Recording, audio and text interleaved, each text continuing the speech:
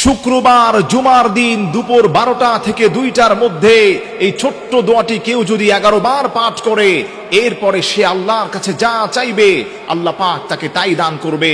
আপনি জানলে অবাক হয়ে যাবেন। জুমার দিন হচ্ছে অত্যন্ত গুরুত্বপূর্ণ, যাকে হাদিসের ভাষ্য মতে সাইয়্যিদুল আইয়াম বলা হয়।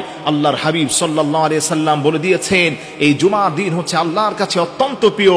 তার কারণ হলো এই জুমার দিনে আল্লাহ রাব্বুল আলামিন হযরত আদম আলাইহিস সালাতু ওয়াস সালামকে সৃষ্টি করেছেন।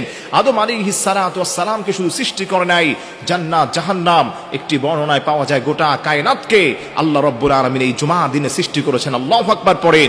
এজন্য আমার প্রিয় ভাইরা, জুমার দিন আল্লাহর কাছে এত প্রিয়।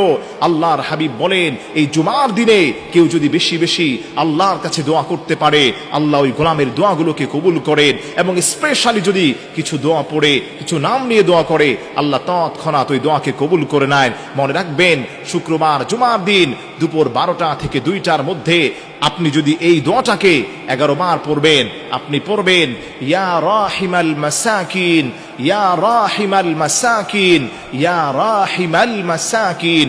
অত্যন্ত সহজ একটি দোয়া, সুন্দর একটি দোয়া, বেসিক একটি দোয়া। বাচ্চারাও এটা সুন্দরভাবে পড়তে পারে, আপনিও পড়তে পারবেন। আপনি 11 বার যদি আল্লাহর উপর ভরসা করে এটা পাঠ করতে পারেন, এরপরে আপনি আল্লাহর কাছে যা চাইবেন আল্লাহ পাক আপনাকে তাই দান করবেন। এই দোয়াটা পড়ার আগে অবশ্যই অবশ্যই আপনি নবী পাক সাল্লাল্লাহু আলাইহি ওয়াসাল্লামের উপর 3 বার যে কোনো দুরূদ শরীফ পড়ে দিবেন। দুরূদ শরীফ হচ্ছে এমন আমল, যে দুরূদ শরীফটা পড়ার কারণে আল্লাহ রাব্বুল আলামিন ওই বান্দার গুনাহগুলোকে মাফ করে দেন, তার দোয়াগুলোকে কবুল করেন। দোয়া যদি আপনি কবুল করাতে চান, তাহলে অবশ্যই অবশ্যই আপনাকে নবী সাল্লাল্লাহু আলাইহি ওয়াসাল্লামের উপর দুরূদ পড়তে হবে। যে যত বেশি নবীজির উপর দুরূদ পড়বে, আল্লাহ পাক তাকে তার দোয়া তত বেশি কবুল করে নেবেন। সুবহানাল্লাহ পড়েন।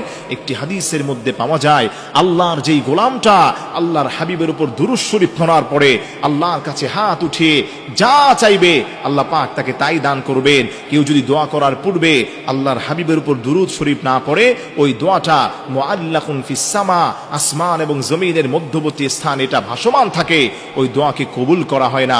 এজন্য আমার প্রিয় ভাইরা, আপনি যখনই শুক্রবার পাবেন জুমার দিন দুপুর 12টা থেকে 2টার মধ্যে, অবশ্যই আপনি প্রথমে আল্লাহর হাবিব সাল্লাল্লাহু আলাইহি সাল্লামের উপর 3 বার দুরূদ শরীফ পড়বেন। দুরূদ ইব্রাহিম পড়তে পারেন, সাল্লাল্লাহু আলাইহি ওয়াসাল্লাম এই দুরূদটাও আপনি পড়তে পারেন। এরপরে হাতে গুনে গুনে আপনি 11 বার পড়বেন, ইয়া রাহিমাল মাসাকিন, ইয়া রাহিমাল মাসাকিন, ইয়া রাহিমাল মাসাকিন। এই ছোট্ট দোয়াটি আপনি 11 বার পাঠ করে আবারও 3 বার নবী পাক সাল্লাল্লাহু আলাইহি সাল্লামের উপর দুরূদ শরীফ পেশ করবেন। আল্লাহর কসম খেয়ে বলি, বুলেটের গুলি মিস হতে পারে, এই দোয়া কখনোই মিস হবে না। আপনি আল্লাহর কাছে হাত উঠিয়ে বলবেন, আল্লাহ হে, আমার দুনিয়াতে কেউ নাই, সবাই আমার বিরুদ্ধাচরণ করে, শত্রু লেগে গেছে, মানুষ আমার ক্ষতি করতে চায়। আল্লাহ বলে, গোলাম তোর জন্য আমি যথেষ্ট। আল্লাহ যদি আপনার জন্য যথেষ্ট হয়ে যায়, আল্লাহ যদি আপনার জন্য একমাত্র জিম্মাদার হয়ে যান, তাহলে এই পৃথিবীর কোনো পরাশক্তি আপনার কোনো ক্ষতি করতে পারবে না।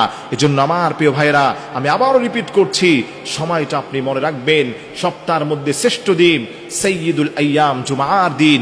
এই জুমার দিনে আপনি ছোট্ট আমলটি করে দেখেন, মনের আশা পূর্ণ হয়ে যাবে, ব্যথা বেদনা আল্লাহ দূর করে দিবেন, ডিপ্রেশন দূর করে দিবেন। যেই দোয়া করবেন, নবীজি বললেন মুস্তাজিব, ওই গোলাম তার সেই দোয়াকেই আল্লাহ পাক কবুল করে নেবেন। তবে শর্ত হলো, পবিত্র স্থানে বসে দোয়াটা করতে হবে, পবিত্র পোশাক পরে দোয়াটা করতে হবে। আল্লাহর উপর পূর্ণ আশা, বিশ্বাস এবং ইয়াকিন যদি আপনার থাকে, তাহলে আপনার দোয়াটাকে আল্লাহ পাক কবুল করবেন। আপনি আল্লাহর কাছে দোয়া করলেন আমতা আমতা ভাবে, কোনো কবুল হওয়ার আশঙ্কা নাই, আপনি তাহলে আপনার দোয়া কবুল হবে না। আপনি ঠিকমতো নামাজ পড়েন না, কোরআনের তিলাওয়াত করেন না, দোয়া কবুল হবে না। দোয়া কবুল হওয়ার জন্য আল্লাহর উপর বিশ্বাস এবং আস্থা আপনাকে রাখতে হবে।